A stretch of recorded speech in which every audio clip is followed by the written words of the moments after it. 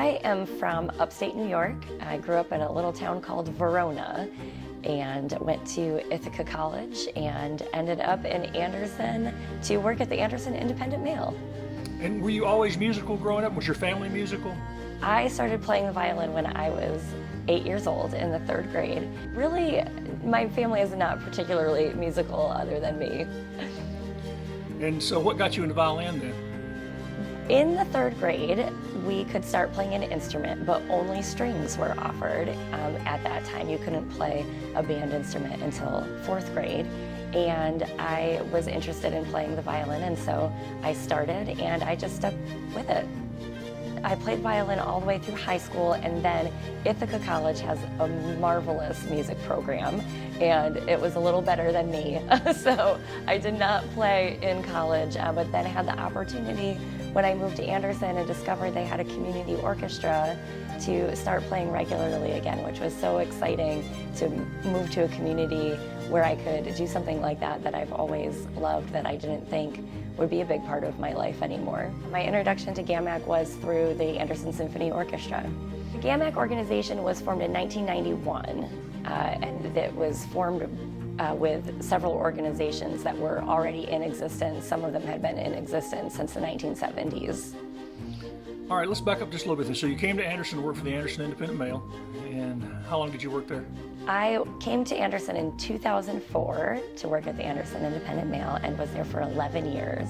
What all did you do there? And what didn't I do at the Independent Mail? I did a little bit of writing, and a lot of people remember me as a reporter, but I was mostly a behind-the-scenes gal. Started out as a copy editor and page designer in the lifestyle department, and had the opportunity to do editorial page editing, was part of the faith and values section of the paper, helped start the entertainment publication, the Upstate Bee with Jake Grove.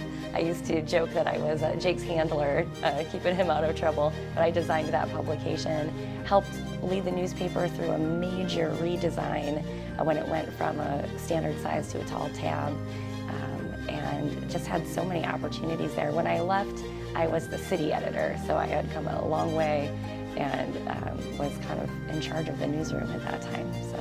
Well, and people who don't know you from there might know you from your next job. You went from there to Habitat. Yeah, I met a lot of people. When I left the newspaper, I worked at Habitat for Humanity here in Anderson County doing fundraising, which was new for me, but got to use a lot of my journalism skills to tell great stories about the organization, and met a ton of people in the community, a lot of folks whose names I knew from seeing them in the newspaper. I got to start meeting all of those folks and really doing really great work there at Habitat in affordable housing, and really proud of the work I did there for a decade. GAMAC stands for the Greater Anderson Musical Arts Consortium, which is a mouthful, but it does describe our organization well. But we're hoping that people will hear GAMAC and they won't have to worry about what it stands for. They'll just know that it means great music in our community. So we right now have 3 main ensembles. We have the Anderson Symphony Orchestra, the GAMAC Chorale, and the Electric City Big Band. And we do a concert series every year that includes 6 concerts, various ensembles involved in each of those. I'm really excited to be here and help GAMAC be at the forefront of our community again.